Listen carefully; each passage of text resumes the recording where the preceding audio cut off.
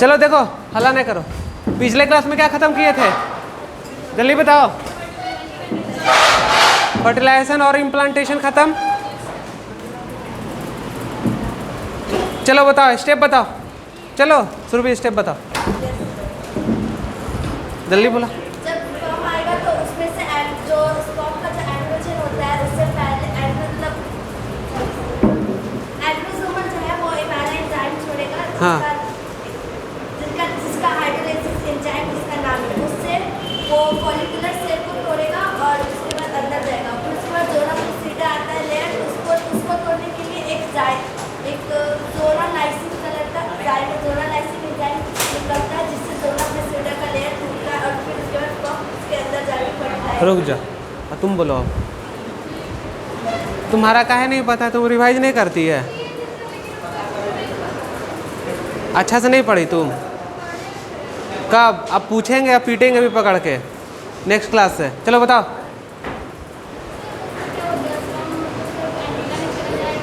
हाँ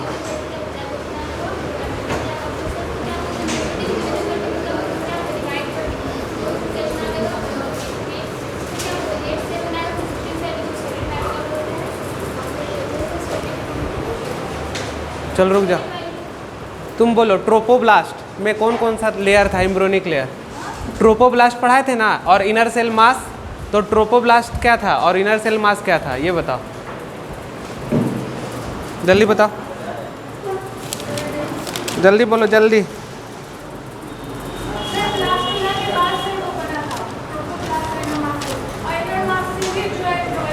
हाँ तुम बताओ। एक्स्ट्रा एम्ब्रियोनिक लेयर जो था ट्रोपोब्लास्ट में, उसमें कौन कौन सा लेयर था, जल्दी बताओ। तुम बोलो, एक्स्ट्रा एम्ब्रियोनिक लेयर बोलो ट्रोपोब्लास्ट में। हाँ क्या क्या? कोरियोन। उसके बाद बोलो। हाँ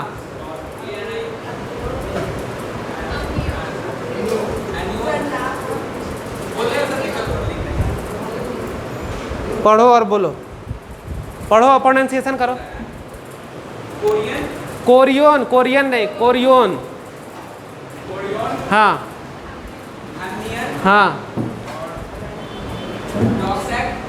हाँ, और उसके बीच वाला जो था वो भारी था, नहीं बोले पहले, ये से बोल दिए। क्या? एलेंटियन, ठीक है, सही बोला जी, जल्दी बताओ। सही बोला, सही बोला है ना, ठीक है सही बोला। चलो देखो नेक्स्ट टॉपिक क्या है। अब देखो इम्प्लांटेशन हो गया, उसका क्या होगा, प्रेगनेंसी होल्ड। अब क्या होगा, उसका एम्ब्रियोनिक डेवलपमेंट होगा। आज एक और डायग्राम, प्लासेंटा बनेगा और उस यूटेरस में कैसे उसको इंसर्ट किया गया है देखेंगे, उसके बाद फिर आगे बढ़ेंगे।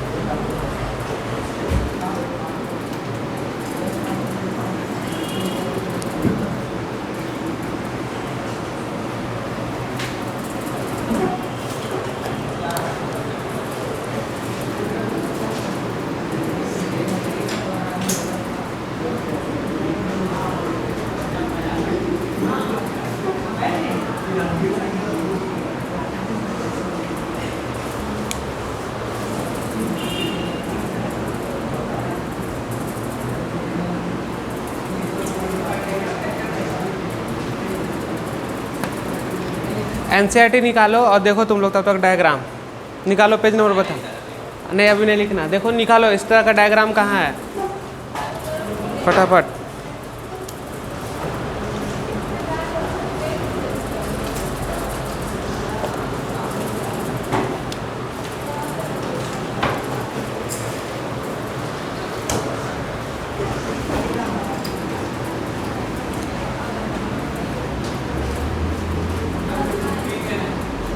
हाँ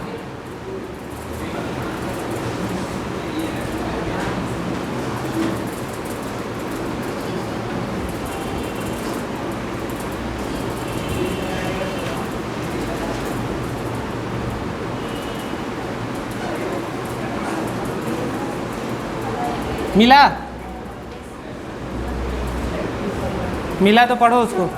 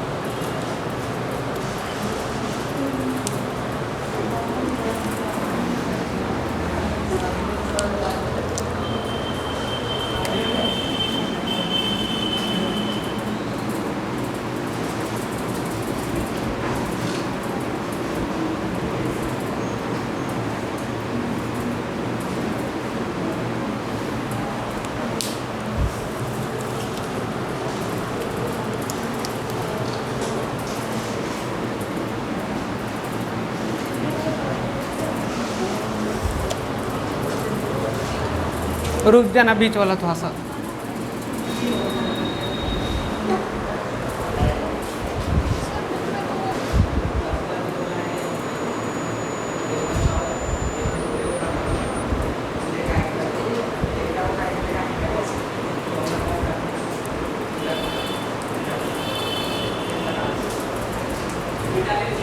हो गया, स्टार्ट करें। देखो इनर सेल मास और क्या पढ़ाए थे, ट्रोपोब्लास्ट। क्या पढ़ाए थे, इनर सेल मास और ट्रोपोब्लास्ट। और ट्रोपोब्लास्ट में क्या था, एम्ब्रियोनिक लेयर के बारे में बताए थे। कौन कौन था एम्ब्रियोनिक लेयर, पहला कोरियोन, दूसरा एमिनियोन और तीसरा एलेंटियोन्स और चौथा यॉल्क सेक। ये चार के बारे में बताए थे। पर अगर देखो थोड़ा मोड़ा स्टडी करना चाहते हो तो वहीं तक रोक के रख देंगे, बस वो चार लेयर के बारे में जान जाओ और छोड़ दो। लेकिन क्या उससे कोई फ़ायदा नहीं है, तो थोड़ा सा डीप में स्टडी करते हैं हम लोग। क्या थोड़ा सा डीप में, तो देखो बात क्या है कि एम्ब्रियोनिक लेयर जो बन रहा वो तो हम शुरू में बता चुके हैं कि कैसा बनता है, एक्टोडर्म, मेसोडर्म और इंडोडर्म से बनेगा। तो यहाँ पे तीन चीज़ के बारे में जिक्र किया गया है, एक्टोडर्म, इंडोडर्म और मेसोडर्म के बारे में कुछ पता चल रहा। देखो तो रेड वाला जो हम किए हुए अंडरलाइन वो एक्टोडर्म है, ग्रीन वाला जो किए हुए वो मेसोडर्म है, और जब हम यहाँ पे किसका ब्लू वाला का बात करेंगे तो किसका, इंडोडर्म का बात करेंगे। तो 3 जर्म्स लेयर का यहाँ पे हम बात किए हुए हैं, ठीक है। तो वो एम्ब्रियोनिक स्टेज जो था उसी में जब वो डेवलप कर रहा था तो उसको हम क्या, मेसोडर्म, जो लेयर्स के बारे में हम बता रहे थे। तो एम्ब्रियोनिक लेयर्स जो होते हैं वो बनते हैं किससे, यानी ऑरिजिन तो कुछ होगा, ऑरिजिन मतलब स्टार्टिंग, मतलब क्या चीज़ से बना। तो हम बात करते हैं जनरली किसका, एक्टोडर्म, इंडोडर्म एंड मेसोडर्म के बारे में बात कर रहे हैं। तो इस डायग्राम में देखें तो डबल लेयर मेम्ब्रेन्स का स्ट्रक्चर्स है ना, दिख रहा है तुम लोग को। तो ये अब तो पता चल गया होगा कि किसको किससे डोनेट किए हैं। तो रेड को किससे किए हुए हैं, एक्टोडर्म को, और ग्रीन से किसको किए हुए हैं, मीजोडर्म को, और इंडोडर्म को किसे किए हुए हैं, देखो जल्दी से, हाँ ब्लू से ना, देखो तो यही होता है हमारा क्या, एक्स्ट्रा एम्ब्रियोनिक लेयर, जो कि कहाँ से डेवलप हो रहा था, तो ट्रोपोब्लास्ट से हो रहा था। जब हम वहाँ पे बताए थे ट्रोपोब्लास्ट के बारे में, तो वहाँ एक ट्रोपोब्लास्ट आउटर लेयर के बारे में बताए थे, और उसके अंदर में क्या था, इनर सेल मास था, क्या था, इनर सेल मास था। तो सबसे पहले हम लोग किसका, ट्रोपोब्लास्ट का स्टडी करेंगे। तो देखो डायग्राम से तुम लोग को कुछ समझ में आ रहा है, एक मिनट सोचो, कुछ समझ में आया, हाँ देखो सबसे पहले हम लोग बात करेंगे कोरियोन का, किसका, कोरियोन का, ठीक है। ये कोरियोन जो है डबल मेम्ब्रेन स्ट्रक्चर्स है, दिख रहा रेड और ग्रीन से लगा हुआ है। तो देखो ये डबल मेम्ब्रेन स्ट्रक्चर्स है, तो आउटर इसका किससे है, एक्टो से है, और क्या इनर किससे है, मीजो है। तो देखो आउटर किससे डिनोट किए हुए हैं, बताओ, रेड से ना, किससे डिनोट किए हुए हैं, रेड से, और इनर किससे डिनोट किए हुए हैं, ग्रीन से। क्लियर हो गया। लेकिन अब हम बात करें किसका, तो देखो इस लेयर की तरफ देख रहे हो, जिसको एमनियोन बोलते हैं, क्या बोलते हैं, एमनियोन। याद करो एमनियोन कहाँ पे पढ़ाए थे, सोचो पीछे वाला क्लास में कहाँ पढ़ाए थे एमनियोन, एमनियोन पढ़ाए थे, नहीं पढ़ाए थे, पढ़ाए थे ना जी। देखो तो ये एमनियोन्स का लेयर हुआ। तो देखो अब यहाँ पे जस्ट इसका अपोजिट हो जाएगा, एमनियोन में रेड वाला को क्या बोल रहे हैं, मीजो, क्या बोल रहे हैं, मीजो, और इसको क्या बोलेंगे, आउटर। आउटर किस कलर का हो गया, बताओ, रेड कलर का। लेकिन यहाँ पे क्या है, मीजो, बताओ तो जरा, ग्रीन कलर का है ना।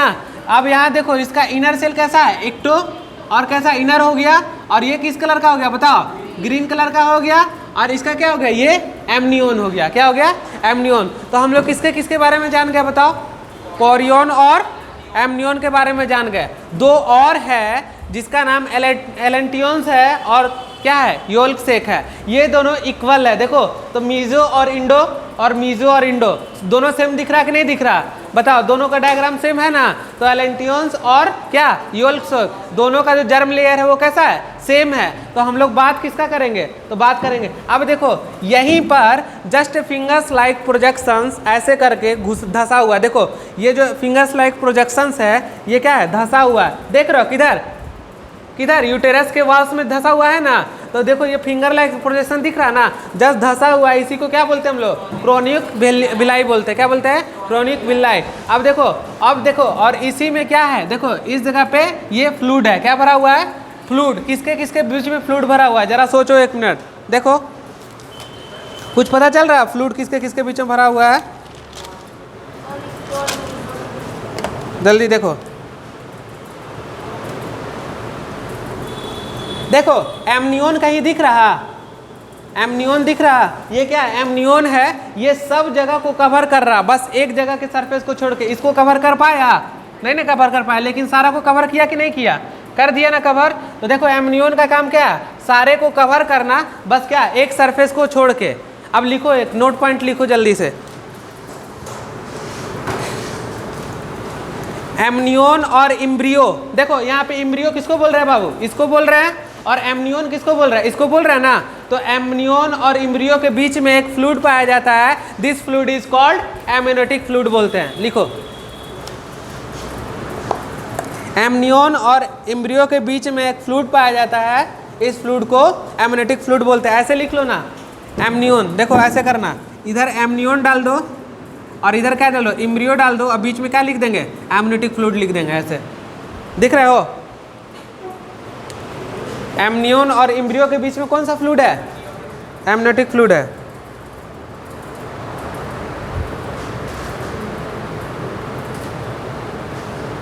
समझ में आ गया। अब देखो एमनियोटिक फ्लूइड का फॉर्मेशन किससे होता है, तो इम्ब्रियो और एमनियोन से मिलकर किसका फॉर्मेशन करता है, एमनियोटिक फ्लूइड का करता है। लिख लो, एमनियोटिक फ्लूइड फॉर्मेशन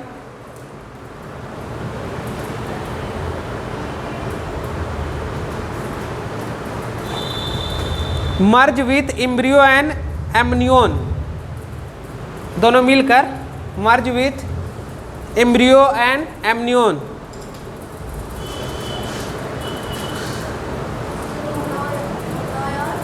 एम्ब्रियो क्या बोलते हैं, एमनियोटिक फ्लूइड, एम्ब्रियो और एमनियोन, ये एमनियोन हो गया। आया समझ में। चलो यहाँ पर क्या है इसका, लिखो प्राइमरी फंक्शन, इसी के नीचे क्या लिखेंगे, प्राइमरी फंक्शन। एमनियोटिक फ्लूइड का प्राइमरी फंक्शन क्या है, तो ये प्राइमरी फंक्शन है शॉक एब्जॉर्बर का काम करेगा, लिख लो शॉक एब्जॉर्बर। हाँ, एमनियोटिक फ्लूइड करके नोट करके पॉइंट लिखो, amniotic fluid is primary function is shock absorber. जगह नहीं है यहाँ पे, नहीं तो लिखते हैं हम, लेकिन रुको देखते हैं। शॉक एब्जॉर्बर, देखो यहाँ पे एमनियोटिक फ्लूइड,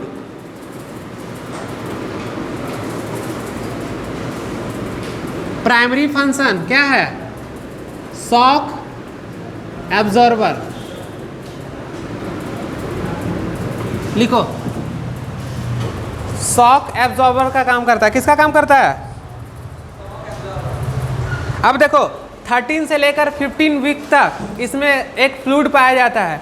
13 से लेकर 15 वीक जो प्रेगनेंसी का गेस्टेशन पीरियड होता है तुम्हारा 9 मंथ का होता है ना, तो उसी में से 13 से लेकर 15 वीक के बीच में एक फ्लूइड पाया जाता है, इसको बोलते हैं एमनियो सिंथेटिक फ्लूइड बोलते हैं, ठीक है ना। ये देखो एमनियो सिंथेसिस फ्लूइड जो होता है, इसको क्या करते हैं हम लोग ना, कि मान लो कि हम लोग के उस बच्चा में अगर कोई डिफेक्ट है, कोई क्रोमोजोमल डिसऑर्डर होने का कारण है, मतलब उसके क्रोमोजोमल में कोई डिफेक्ट है, उसको पता करने के लिए हम लोग क्या करते हैं, इस फ्लूइड से टेस्ट करते हैं। बट इसका मिसयूज करके लोग सेक्स डिटर्मिनेशन करने लगा, जिसके कारण से बैन हो गया। क्या हो गया, बैन हो गया। यही फ्लूइड को निकाल कर, यहाँ पे जो फ्लूइड दिख रहा है एमनियोटिक फ्लूइड, इसी फ्लूइड को निकाल कर हम सेक्स डिटर्मिनेशन कर सकते हैं कि लड़का है कि लड़की है, क्योंकि इससे क्रोमोजोम का पता चलेगा। और इसका स्टडी हम लोग करते हैं, जब जाओगे कहीं पे तो हम लोग इस फ्लूइड को निकाल कर देख सकते हैं क्रोमोजोमल डिसऑर्डर होते हैं, जो आगे चल के हम लोग हेरिडिटी चैप्टर में पढ़ेंगे। क्रोमोजोमल डिसऑर्डर में तुम्हारा आ जाएगा बहुत सारा सिंड्रोम्स आते हैं, जैसे डाउन सिंड्रोम्स, क्लिफिंटन सिंड्रोम्स, ये सब सिंड्रोम्स होते हैं जो किसमें होते हैं, क्रोमोजोमल डिसऑर्डर। और क्रोमोजोमल डिसऑर्डर का मतलब क्या, XX XY, यही ना हुआ बाबू, यही डिसऑर्डर हुआ। तो इस फ्लूइड से हम फ्लूइड को बाहर निकाल कर और लैब टेस्टिंग से पता कर सकते हैं कि कहीं इसमें क्रोमोजोमल डिसऑर्डर तो नहीं है, कहीं बच्चा क्रोमोजोमल डिसऑर्डर का डिफेक्टिव तो नहीं है ना, इसलिए स्टेज से। तो प्राइमरी फंक्शन क्या हो गया एमनियोटिक फ्लूइड का, तो पहला शॉक एब्जॉर्बर, दूसरा इसे क्या कर सकते हैं, क्रोमोजोमल डिसऑर्डर का पता लगा सकते हैं। लिख लो second point, diagnose the chromosomal disorder, diagnose the chromosomal disorder. Amniotic fluid में ये पॉइंट लिखेंगे, diagnose the chromosomal disorder. And also next point, and also define the sex determination, and also define the sex डिटर्मिनेशंस।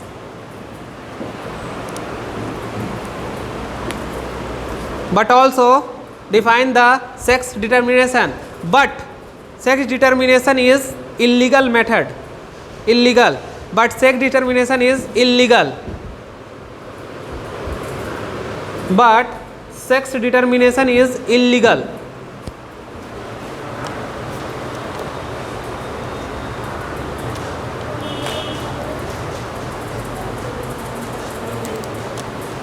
क्या क्या समझे, समझ गए बात को। तो कब से कब वीक में, तो लिख लो 13 to 15 week.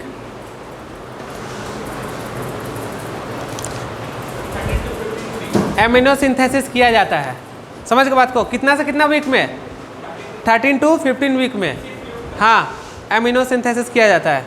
13 to 15 week amino synthesis. सुन लो, अब मेरा बात एक बार गौर से सुन ले।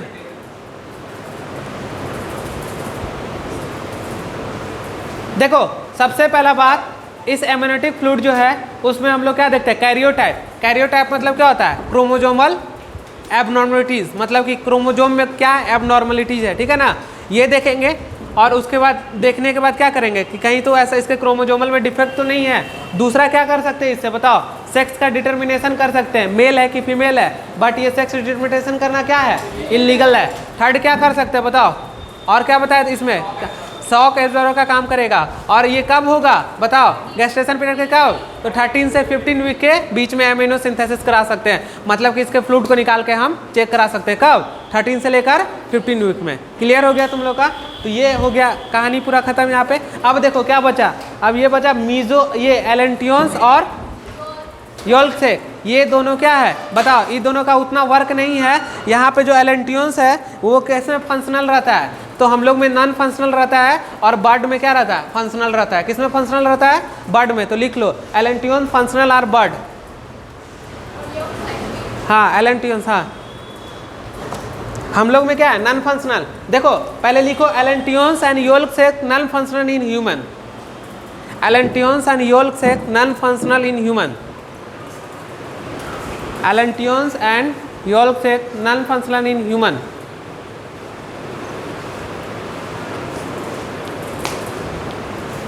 But allantois is functional in bird, bird चिड़िया।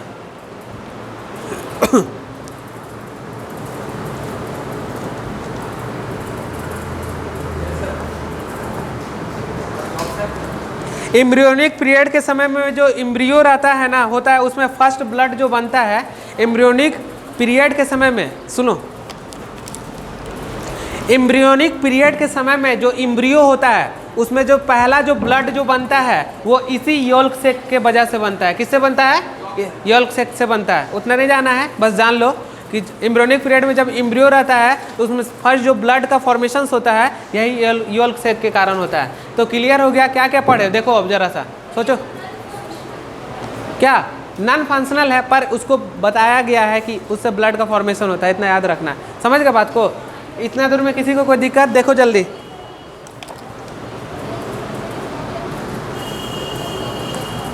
देखो अब क्या कोरियोन का बात कर रहे हैं, किसका बात कर रहे हैं, कोरियोन का बात कर रहे हैं। तो ये तो हो गया कोरियोन तुम्हारा, ठीक है। कोरियोन ही क्या कर रहा, फिंगर लाइक प्रोजेक्शन ऐसे करके धस रहा। कहाँ पे धस रहा देखो तो जरा सा, किसमें धस रहा बताओ, ये क्या है, थोड़ा सोचो जल्दी से। यूट्रस का वाल, यूट्रस का जो वाल रहता है उसको क्या बोलते हैं, यूट्राइन वाल बोलते हैं। क्या बोलते हैं, यूट्राइन वाल। तो देखो chorion just like a finger like structures और क्या जस्ट एम्बेडेड द कहाँ, यूट्राइन वाल। तो देखो ये क्या कर रहा, धस रहा ना, तो किसमें धस रहा, यूट्राइन वाल में कर रहा, धस रहा। तो यहाँ से कोरियोन से लेकर क्रोनिक विल्ली को क्या बोलते हैं हम लोग बताओ, प्लासेंटा बोलते हैं। क्या बोलते हैं बाबू, प्लासेंटा। क्लियर हो गया। तो बताओ ये किससे धसा, और यहाँ कोरियोन का ही तो लेयर धस रहा, और इसको और क्रोनिक वल्ली को मिला के क्या बता देंगे हम लोग, प्लासेंटा बना देंगे। और प्लासेंटा फुल्ली मैच्योर हो जाता है कब, 6 से लेकर 12 वीक में। 12 वीक का मतलब कितना महीना हो गया बताओ, एक मंथ में 4 महीना, मतलब एक महीना में 4 वीक। तो बताओ टोटल कितना हो गया बताओ, 4 महीना, 3 महीना ना हुआ। तो देखो जैसे 12 वीक का बात करेंगे तो इसको बोलते हैं first trimester, and that 8 week का बात मतलब क्या बोलते हैं, 6 मंथ का बात करेंगे तो second trimester, and 9th month का बात करेंगे तो क्या, थर्ड ट्राइमेस्टर। तो लिखो 3 मंथ को बोलते हैं first trimester, first trimester. 6 month को सेकेंड ट्राइमेस्टर, और 9 मंथ को थर्ड ट्राइमेस्टर। मिलेगा एनसीईआरटी में, अभी दिखाएंगे भाई तुम लोग को, रुक जाओ। ट्राइमेस्टर,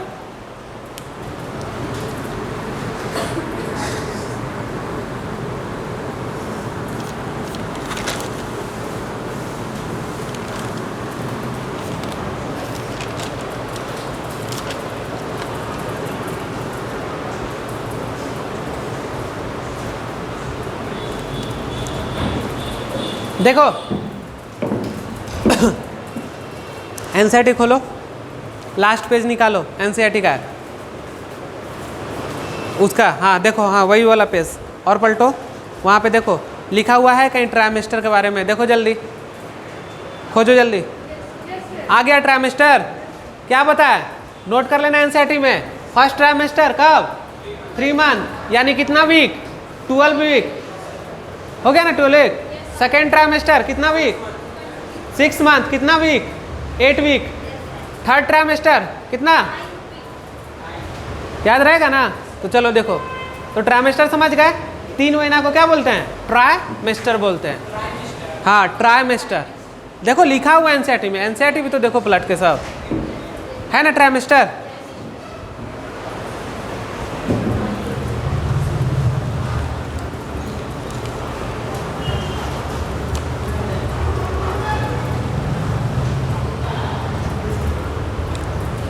अब देखो हो गया।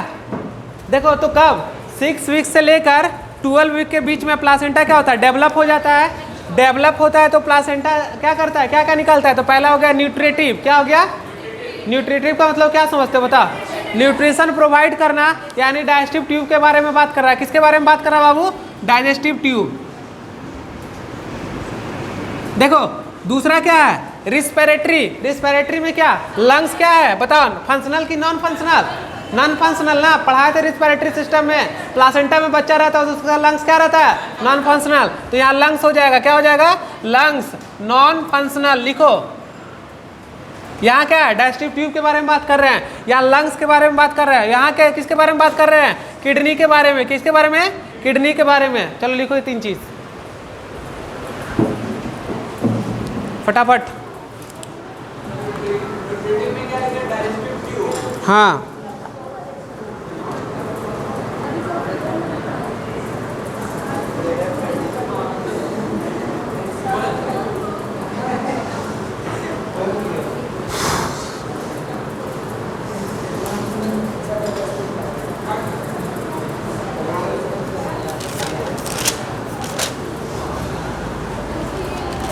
हो गया बाबू।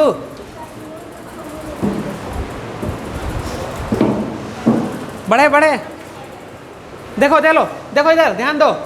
देखो प्लासेंटा तो पहला न्यूट्रिटिव, न्यूट्रिटिव का मतलब डाइजेस्टिव सिस्टम के बारे में बात हो रहा, यानी न्यूट्रिशन के बारे में बात हो रहा। तो प्लासेंटा के पास कोई खाना है नहीं ना है, तो कहाँ से, किसके थ्रू जा रहा, प्लासेंटा के थ्रू जाएगा कि नहीं, माँ के उससे जाएगा ना। तो प्लासेंटा के थ्रू क्या जाएगा, डाइजेस्टिव ट्यूब के थ्रू वहाँ पहुँच जाएगा, न्यूट्रिशन पहुँच गया उसको। अब देखो रिस्पिरेटरी सिस्टम क्या है उसमें बताओ, नॉन फंक्शनल है ना। तो देखो किसके थ्रू जा रहा, प्लासेंटा के थ्रू जा रहा ना वहाँ पे। तो देखो नॉन फंक्शनल होने के कारण। अब देखो एक्सक्रीटरी तो मेटाबॉलिक वेस्ट इसको बोलेंगे, मेटाबॉलिक वेस्ट किसके थ्रू बाहर होगा, किडनी के थ्रू होगा बाहर। कहाँ से, प्लासेंटा के थ्रू ही। किसके थ्रू होगा, प्लासेंटा के थ्रू।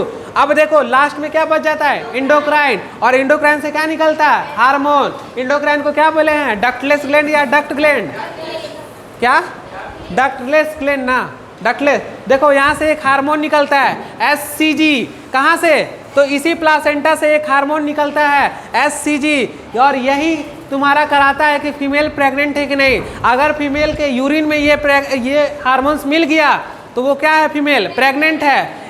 मेल रहे या फीमेल रहे, किसी में भी अगर ये हार्मोन मिला, हम ये नहीं जानते हैं कि कहाँ से वो हार्मोन्स आया। हम इतना बता सकते हैं, कंफर्मेटरी टेस्ट है कि इससे हम अगर ये हार्मोन्स मिला बॉडी में, यूरिन में मिला, तो डेट्स टर्म इज क्या, प्रेगनेंसी। क्या है, प्रेगनेंसी। चाहे वो मेल रहे चाहे वो फीमेल रहे, उससे कोई मतलब नहीं है कि कहाँ से आया, बस मिला तो वो क्या हो गया, प्रेग्नेंट हो गया। यानी कि हम फीमेल में SCG को चेक करते हैं कब, जो फीमेल प्रेग्नेंट रहती है उसका जब हम टेस्ट कराते हैं तो उसमें कौन सा ये हार्मोन्स अगर उसके यूरिन्स में मिल गया तो क्या बोलेंगे इसको बताओ, प्रेग्नेंट है। ठीक है ना, क्लियर हो गया। अब देखो दूसरा क्या है, HPL।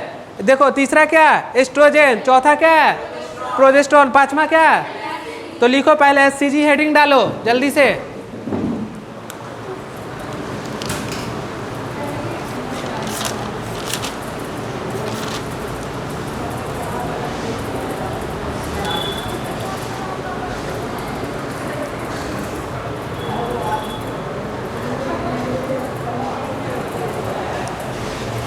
इधर मिटा दे, एक साइड थोड़ा मिटा इधर।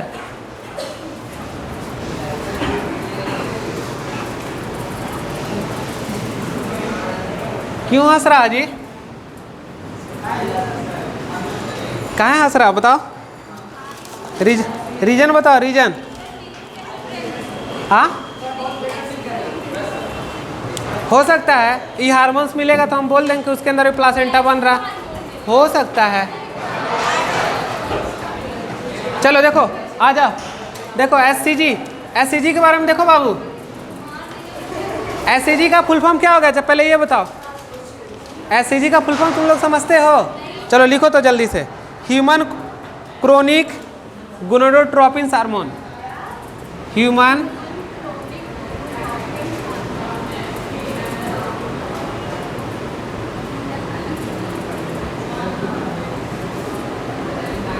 SCG का फुल फॉर्म हुआ, हाँ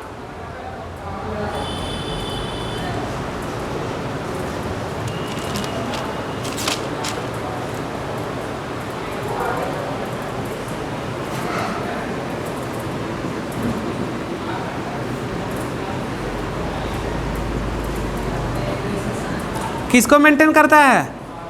कॉर्पस ल्यूटियम को।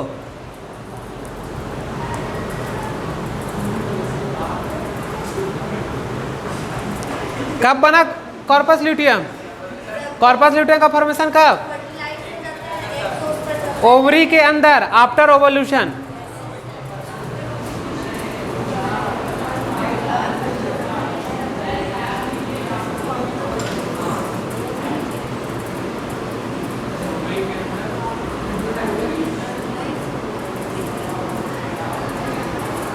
लिखते चलो इसमें जल्दी जल्दी। देखो पहले क्या हुआ सुनो, एससीजी का full form human chronic gonadotropin hormone. ये क्या किया? मेंटेन करा दिया किसको? कॉर्पस ल्यूटियम को। कॉर्पस ल्यूटियम कब बनता है? ओवरी के अंदर। कब? After ovulation corpus luteum formation. अरे ओवरी वहां से निकल गया ओवुलेशन के बाद, तभी ना ग्रेनुलोसा सेल से जो बन रहा था कॉर्पस ल्यूटियम। पीछे वाला क्लास याद करो। चलो लिखो।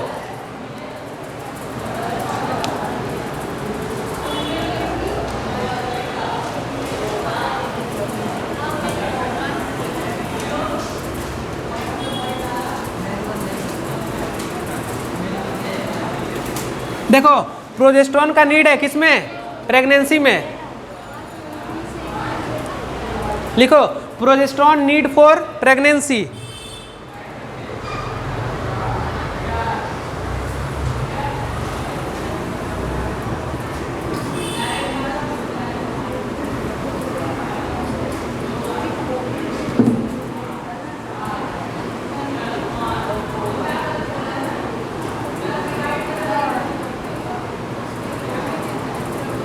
देखो और क्या कर रहा है सुनो। तो progesterone stop the contraction of myometrium in कहाँ? यूट्रस में। अभी समझाएंगे, पहले लिखो फटाफट।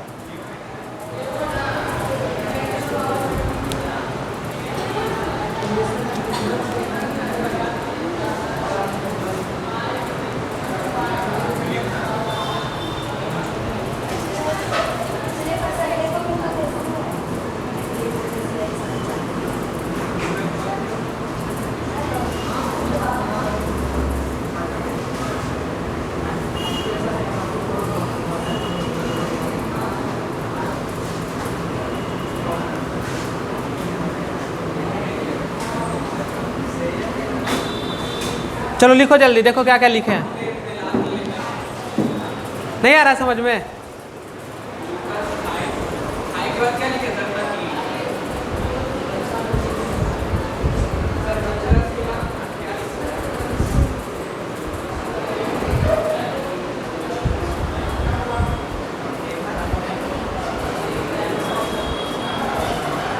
आ रहा समझ में?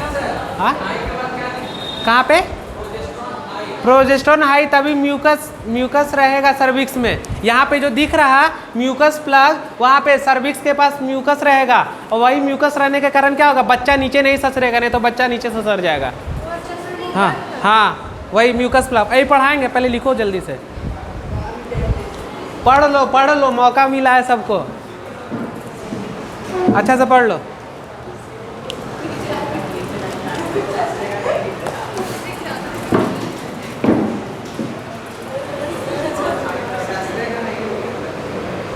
हो गया?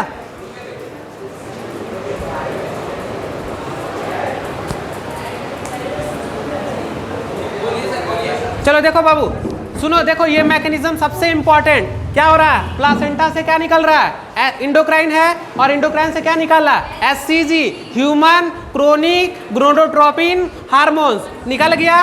और ये क्या है? कंफर्मेटरी टेस्ट है किसका? प्रेग्नेंट का। अगर ये हार्मोन प्रेजेंट तो क्या होगा? फीमेल प्रेग्नेंट है। अब सुनो देखो क्या होता है एससीजी से। तो देखो एससीजी क्या करता है? मेंटेन करता है किसको?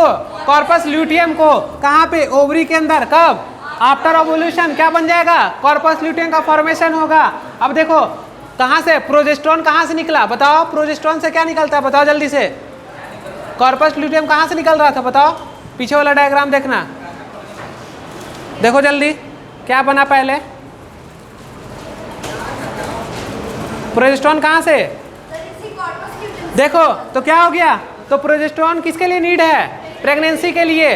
देखो प्रेगनेंसी के लिए प्रोजेस्टेरोन क्या करता है, स्टॉप कर देता है कॉन्ट्रैक्शन, किसमें, मायोमेटेरियम के, उसमें जो कॉन्ट्रैक्शन हो रहा था वो कॉन्ट्रैक्शन क्यों हो रहा था, क्योंकि उसका सारा चीज बाहर निकल रहा था ना उस समय। जब प्रेगनेंसी होगा तो उस कॉन्ट्रैक्शन को रोक देगा, जिससे फीमेल क्या होगी, प्रेग्नेंट वाला होल्ड हो जाएगा। तो देखो क्या कर रहा, प्रोजेस्टेरोन नीड फॉर किसके लिए, प्रेगनेंसी के लिए, और progesterone stop the contraction of myometrium in uterus, यानी कि यूट्रस के कहाँ पे, मायोमेटेरियम जो स्मूथ मसल्स है उसमें कॉन्ट्रैक्शन को रोक देगा। प्रोजेस्टेरोन हाई, तभी म्यूकस क्या होगा, सर्विक्स में रहेगा।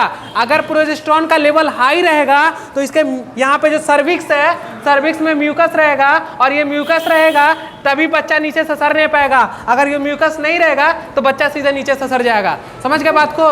तो जरूरी है क्या कि प्रोजेस्टेरोन का लेवल हाई रहना चाहिए, कब, प्रेगनेंसी के समय में। क्यों, क्योंकि सर्विक्स में हमको क्या करना है, म्यूकस का लेवल को बना के रखना है। म्यूकस का लेवल बना रहेगा तो बच्चा नीचे नहीं ससरेगा। क्लियर हो गया। तो इस पूरा क्या खत्म हो गया तुम लोग का, एचसीजी। एचसीजी के बारे में समझ गए ना। चलो दूसरा कौन हार्मोन है, जल्दी बताओ। HPL, नाम से क्या पता चल रहा बताओ, ह्यूमन प्लासेंटा लैक्टोजेन। इसका नाम है ह्यूमन प्लासेंटा लैक्टोजेन। देखो ह्यूमन प्लासेंटा लैक्टोजेन, नाम से ही पता चल रहा है कि HPL का काम क्या होगा। थोड़ा सा समझो किसके बारे में बताना चाह रहा, जल्दी से देखो। इसी को पुराना लैंग्वेज में लोग HCS बोलते हैं। क्या बोलते हैं बाबू, HCS। देखो HCS का फुल फॉर्म लिख लो, ह्यूमन, लिखो ह्यूमन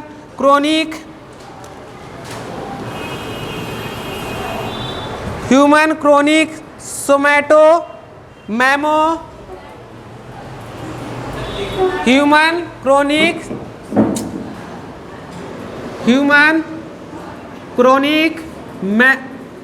सोमैटो मैमोट्रॉपिक हार्मोन। देखो नाम से ही पता चल रहा है कि मेमोरी ग्लैंड के डेवलपमेंट में काम करा रहा है कौन, HCS। HCS का ही नाम क्या है, पुराना नाम HCS है, और उसी का नया नाम क्या है, HPL, ह्यूमन प्लासेंटा लैक्टोजेन। समझ में आ रहा। तो ये क्या करा रहा बताओ, मेमोरी ग्लैंड का डेवलपमेंट में काम करा रहा। यानी कि क्या, लैक्टोजेन का मतलब क्या हो गया, वही ना हुआ। तो लिख लो इसको, मेंटेन डेवलपमेंट मेमोरी ग्लैंड। लिख लो फंक्शन इसका, दोनों का, दोनों एक ही चीज है। Maintain and development memory gland. क्या, सोमैटो मैमो, मैमो मतलब होता है मेमोरी ग्लैंड। जब भी हम लोग मेमोरी ग्लैंड का कभी भी अगर उसका हम लोग कराते हैं ग्राफी तो उसको मैमोग्राफी बोलते हैं। मैमोग्राफी मतलब क्या होता है, मेमोरी ग्लैंड। वही चीज़ वहाँ पे लिखा हुआ है, सोमैटो मैमोट्रॉपिक हार्मोन, HCS। हो गया, अब समझ गए इसका बात। इसका काम क्या है, लिख लो फंक्शन, क्या, डेवलपमेंट ऑफ मेमोरी ग्लैंड। क्या होगा, डेवलपमेंट ऑफ मेमोरी ग्लैंड में काम करेगा कौन, HCS और HPL।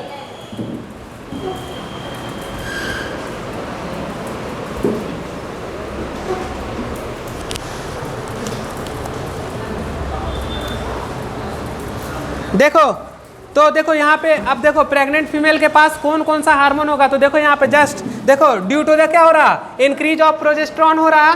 ठीक है, अब यहाँ पे फीमेल क्या प्रेग्नेंट है। अब देखो फीमेल प्रेग्नेंट के बाद सबसे इंपॉर्टेंट हार्मोन, पहला HCG, दूसरा क्या निकलेगा, जल्दी बताओ, जल्दी बोलो तुम लोग। 3 हार्मोन का नाम बताना है। HPL, क्या निकलेगा बाबू, HPL, और क्या निकलेगा, HCL, क्या, रिलैक्सिन निकलेगा। अब देखो एक बात को समझो, तो प्रेगनेंसी के दौरान कौन कौन सा हार्मोन निकला, HCL, HCG, HPL और रिलैक्सिन। और नॉन प्रेगनेंसी के दौरान ये सारा निकलेगा। क्या निकलेगा, ये सारा निकलेगा। तो लिखो प्रेगनेंसी में, लिखो प्रेगनेंसी के समय प्रेगनेंसी हार्मोन्स कौन कौन, तीनों जो मिला है, HCG, HPL और relaxin. Pregnancy hormone HCL, HCG, HPL और रिलैक्सिन, HCG, HPL और रिलैक्सिन। प्रेगनेंसी के दौरान यही 3 हार्मोन निकलता है, ठीक है ना। और नॉन प्रेगनेंसी के समय तो ये भी निकलता है, एस्ट्रोजन तो निकलता ही है, प्रोजेस्टेरोन भी निकलता है। ग्राफियन फॉलिकल्स जो बताए थे, primary oocyte, secondary oocyte, tertiary oocyte, वहाँ पे जो टर्सरी oocyte में क्या था, थीका इंटरना, और थीका इंटरना से क्या निकल रहा था बताओ, प्रोजेस्टेरोन एस्ट्रोजन निकल रहा था। एस्ट्रोजन का मात्रा ज़्यादा था क्योंकि इसको मैच्योर ग्राफियल फॉलिकल बनाना था। तो बताओ तो क्या केवल प्रेगनेंसी के समय में निकल रहा? तो देखो नॉन प्रेगनेंसी के समय सब, और प्रेगनेंसी के समय क्या, देखो तो लिखा रहा है एक चीज़ यहाँ, देखो अब समझो यहाँ पे कौन कौन है, तो एस्ट्रोजन, प्रोजेस्टेरोन, कॉर्टिसोल, थायरोक्सिन और क्या है, प्रोलैक्टिन। लिख लो PRL का फुल फॉर्म प्रोलैक्टिन, याद है ना पहले से। अब देखो रिलैक्सिन जो है वो लास्ट मंथ में निकलता है। कब निकलता है? लास्ट मंथ में। लिखो रिलैक्सिन कब निकलता है, रिलीज लास्ट मंथ। कब निकलेगा बाबू? लास्ट मंथ में। कब बताओ? चाइल्ड बर्थ जब होगा तब निकलेगा, जब बच्चा का जन्म होगा तब निकलेगा। देखो हमारा प्यूबिक सिम्फेसिस, देखो ये प्यूबिक सिम्फेसिस है, इसमें कॉन्ट्रैक्शन को हटाएगा, और जब ढीला होगा तभी तो बच्चा फिर नीचे आएगा ना। तो देखो पहले था सटा हुआ, उसको धीरे धीरे हटा रहा, कॉन्ट्रैक्शन को हटा रहा, कौन? यही रिलैक्सिन हटा रहा। कहाँ पे? प्यूबिक सिम्फेसिस के बारे में बताया था ना। सिम्फेसिस क्या? प्यूबिक सिम्फेसिस ये वाला लेयर, तो उसको क्या करेगा, धीरे धीरे हटाएगा और ऊपर से बच्चा नीचे सरकेगा। तो कब निकलेगा ये? ड्यूरिंग चाइल्ड बर्थ के समय में। कौन निकलेगा? रिलैक्सिन। अब देखो और हार्मोन निकलता है, कॉर्टिसोल और थायरोक्सिन। लिखो कॉर्टिसोल और थायरोक्सिन का काम लिखो जल्दी से।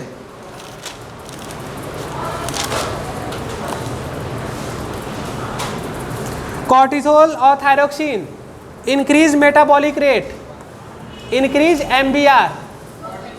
हाँ, कॉर्टिसोल और थायरोक्सिन का काम है इंक्रीज मेटाबॉलिक रेट।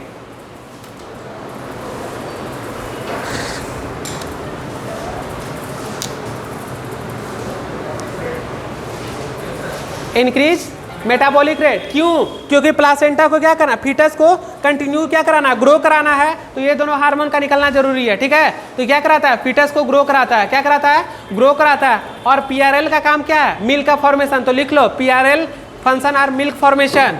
प्रोलैक्टिन का काम मिल्क का फॉर्मेशन में, prolactin function are milk formation.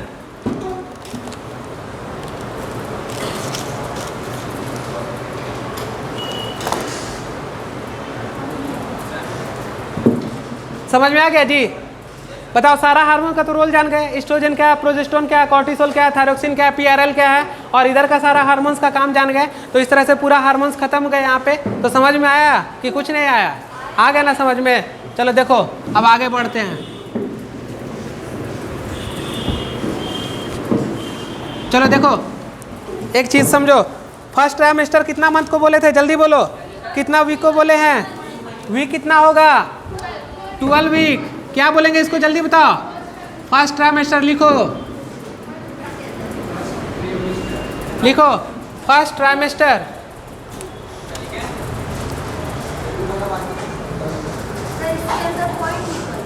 हाँ नहीं समझाएंगे इसको, सुनो।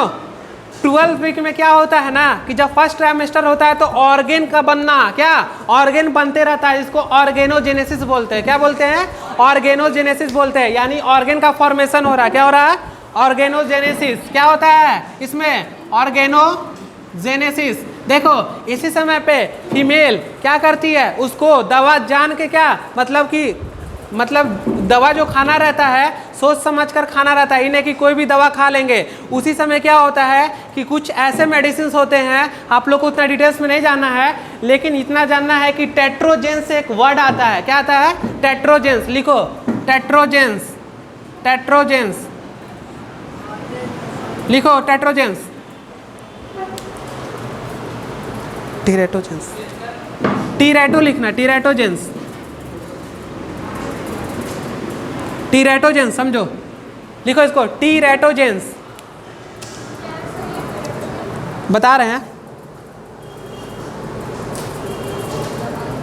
देखो सुनो, फर्स्ट ट्राइमेस्टर में ऑर्गेनोजेनेसिस हो रहा, यानी ऑर्गेन का फॉर्मेशन हो रहा, और उसी समय पे कुछ ऐसा मेडिसिन खा ले जो कि ऑर्गेनोजेनेसिस को डिफेक्ट पहुंचा जाए, दैट टर्म इज कॉल्ड टीरेटोजेंस। याद रहेगा? यानी कि फीमेल को अवॉइड करना चाहिए बिना पूछे हुए मेडिसिन नहीं खाना चाहिए। अगर वो मेडिसिन खा ली और खुदा ना खास्ते वो मेडिसिन क्या होगा, ऑर्गेनोजेनेसिस को डिफेक्ट पहुंचाएगा। That term is called teratogens. क्या बोलते हैं? टीरेटोजेंस। यानी कि बॉडी में कोई भी ऐसा केमिकल सब्सटेंस चला जाए जिससे कि ऑर्गेनोजेनेसिस को क्या कर दे, डिफेक्टिव करा दे। That term is called teratogens. लिख सकते हो ना? लिख लो।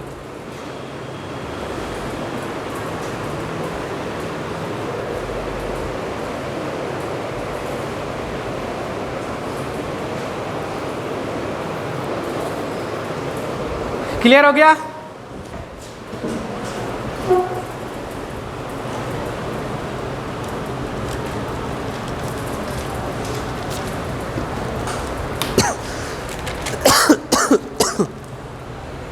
मिटा दे बाबू।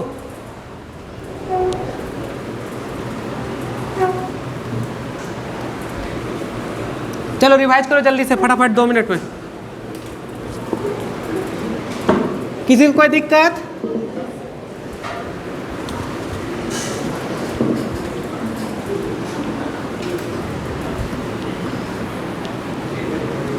बताओ क्या बोले टीरेटोजेन के बारे में, बताओ जल्दी। कोई केमिकल सब्सटेंस है तो अगर वो चला जाता है बॉडी में तो वो ऑर्गेनोजेनेसिस हो रहा है, अगर वो डिफेक्ट हो जाता है हाँ। उसी प्रोसेस को वही जो होता है उसी को बोलते हैं टीरेटोजेन। चलो हेडिंग डालेंगे इनर सेल मास, लिखो।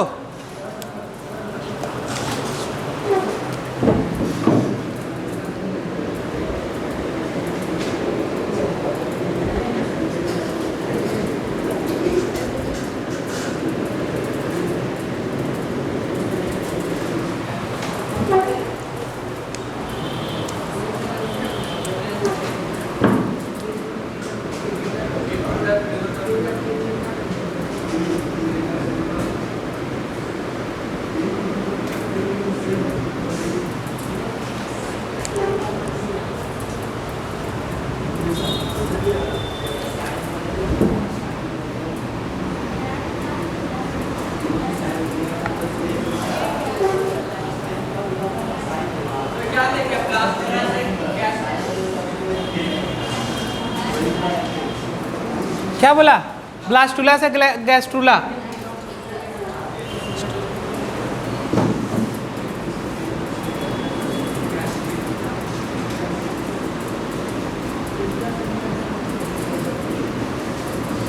पहले दिल बना कि पहले दिमाग बना?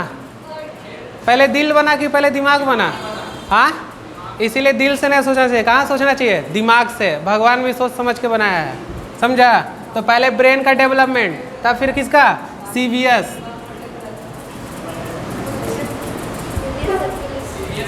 Cardiovascular system.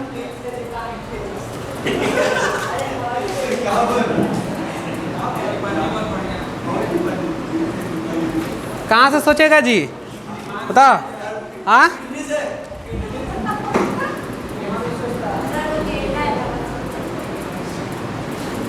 चलो लिखो फटाफट।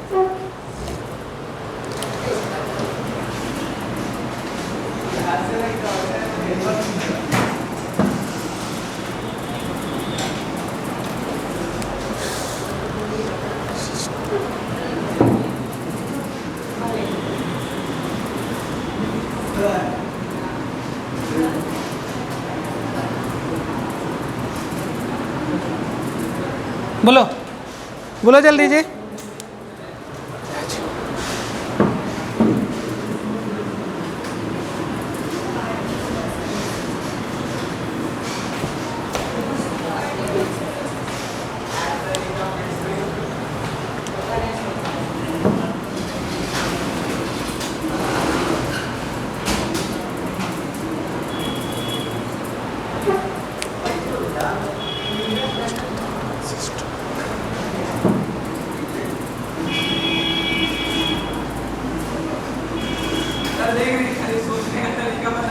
देखो एट एंड ऑफ 12 वीक मतलब क्या कहना चाह रहा है, जल्दी बताओ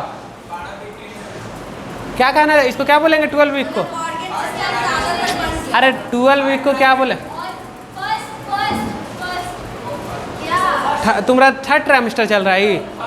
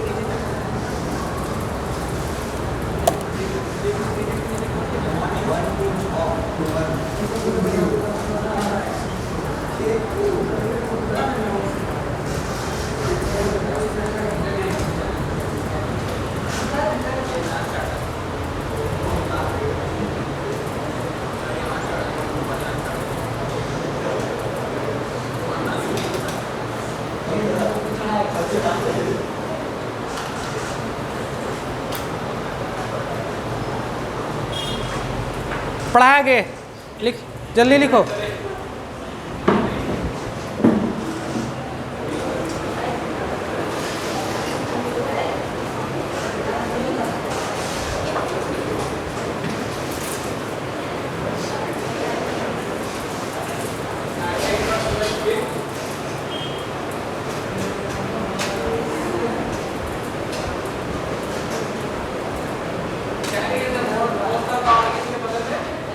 Most of the organ systems, limbs and external genitalia form.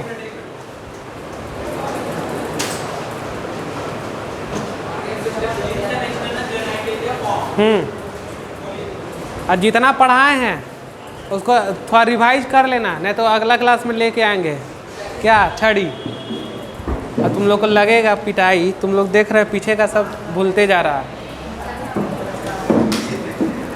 हो गया, स्टार्ट करें। देखो चलो इधर ध्यान दो, क्या बोल रहे थे कि इनर, पहले ट्रोपोप्लास्ट खत्म कर दिए थे, अब इनर सेल मास। हम बताए थे कोई भी ऑर्गेन्स बनता है तो किससे बनता है, एम्ब्रियोनिक लेयर से बनता है। एम्ब्रियोनिक लेयर में कौन कौन आएगा, एक्टोडर्म, मेसोडर्म और इसी को क्या बोलते हैं, स्टेम सेल्स बोलते हैं। क्या बोलते हैं, देखो तो कब ऑर्गन का डेवलप होगा, जब ब्लास्टुला से कहाँ जाएंगे, गैस्ट्रुला की तरफ। ठीक है, तो देखो तो फर्स्ट जो होता है क्या होता है, ब्रेन का डेवलपमेंट, यानी कि फर्स्ट ऑर्गन कौन हुआ, कब में, 3rd वीक में हो गया, किसका, ब्रेन का डेवलपमेंट हो गया। और दूसरा क्या, कार्डियोवास्कुलर सिस्टम, फर्स्ट सिस्टम, और ये क्या, फर्स्ट ऑर्गन। ऑर्गन और सिस्टम में क्या अंतर है, जल्दी बताओ, जल्दी बताओ, ऑर्गन और ऑर्गन सिस्टम में क्या होता है, ऑर्गन सिस्टम बताओ जल्दी। हाँ, ऑर्गन बताओ और ऑर्गन सिस्टम बताओ। हाँ, बहुत सारा, कितना, 10-15 गो। हाँ हाँ,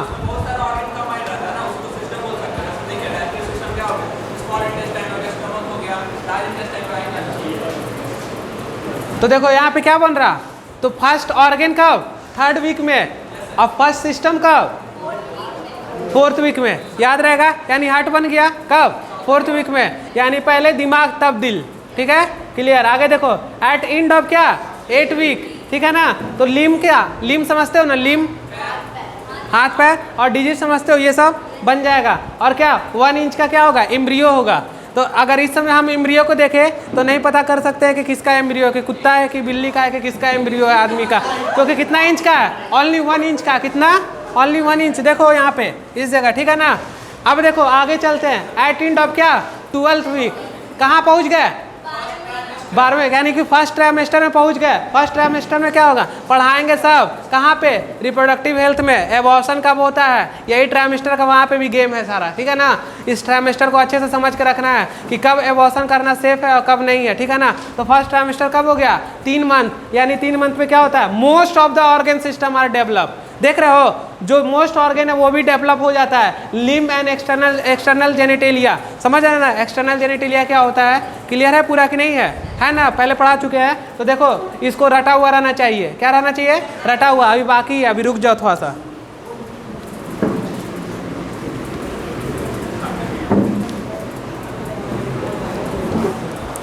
चलो, at end of 60 to 20 week, देखो एट एंड ऑफ कितना, 60 से 20 week. First movement of foetus, देखते हो ना, बोल रहा ना कि पैर बच्चा मार रहा, क्या बोल रहा पेट में, तो फर्स्ट क्या मूवमेंट, तो यानी कितना महीना हो गया जल्दी बताओ। यानी जो 3 इडियट मूवी देखा था ना, उसमें क्या 5th मंथ चल रहा था, कितना चल रहा था 5th मंथ। तो लिखो, तो देखो फर्स्ट मूवमेंट क्या बाबू, फर्स्ट मूवमेंट ऑफ फीटस, हल्ला मत करो, फर्स्ट मूवमेंट ऑफ क्या फीटस।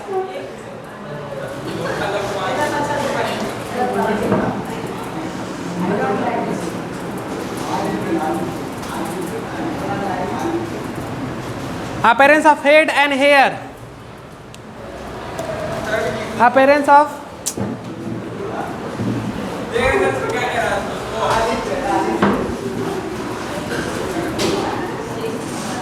चलो कब, तो कब हो गया बताओ, एंड ऑफ कितना 60 से 20 वीक, यानी कितना महीना का बात कर रहा वीक, तो कैमा महीना हो गया 5वां महीना। तो बच्चा जो मूवमेंट करता है वो किस मंथ में करता है 5वां महीना में, याद रखना।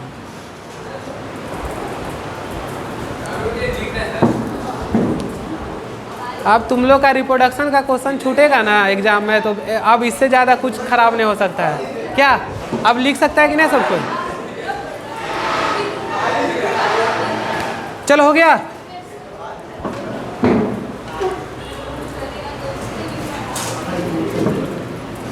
एट एंड ऑफ बताओ, अब क्या होगा जी, अभी गेस्टेशन पीरियड पढ़ा है पूरा, जो तुम डिलीवरी करा रही है, हाँ अभी डेवलप होगा तब ना निकलेगा जी।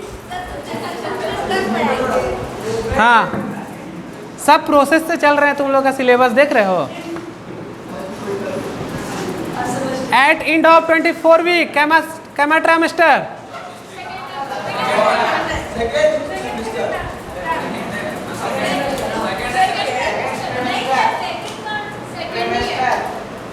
सेमेस्टर 24 वीक बोल रहे हैं, यानी कितना 6 मंथ, यानी कितना, चलो लिखो इसमें क्या होता है।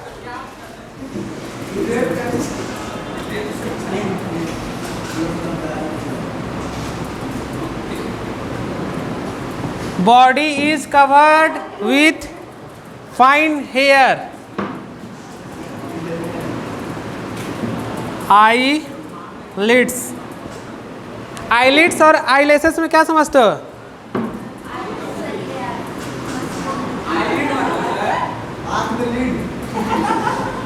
सेपरेट ऑफ आईलेसेस, बस एक्स्ट्रा यही सब तो तुम लोग जवाब दोगे जो पूछ रहे हैं।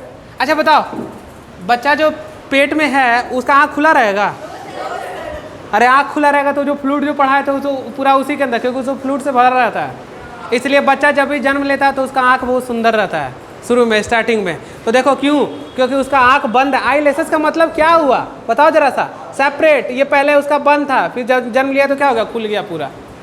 हाँ खुल जाता है ना पूरा, अरे तो पेट में थोड़ा आँख खुला, बाहर निकला बस आँख खोल दिया अपना।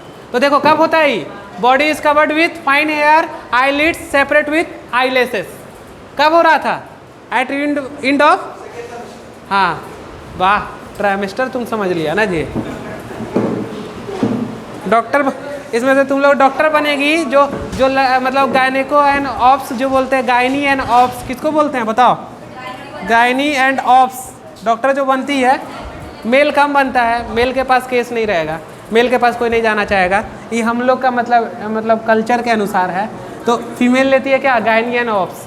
तो गायनी और ऑप्स में जो फीमेल का हम लोग जो टेस्टिंग कराते हैं उसमें डॉक्टर यही देखती है, फर्स्ट ट्राइमेस्टर क्या है, सेकंड ट्राइमेस्टर क्या है, थर्ड ट्राइमेस्टर क्या है, इसी का चेक किया जाता है। तो इस तरह से हम लोग का ख़त्म हो गया प्रेगनेंसी एंड एम्ब्रियोनिक डेवलपमेंट। और नेक्स्ट वाला क्लास हो सके तो गेस्टेशन पीरियड होगा, ठीक है ना। हाँ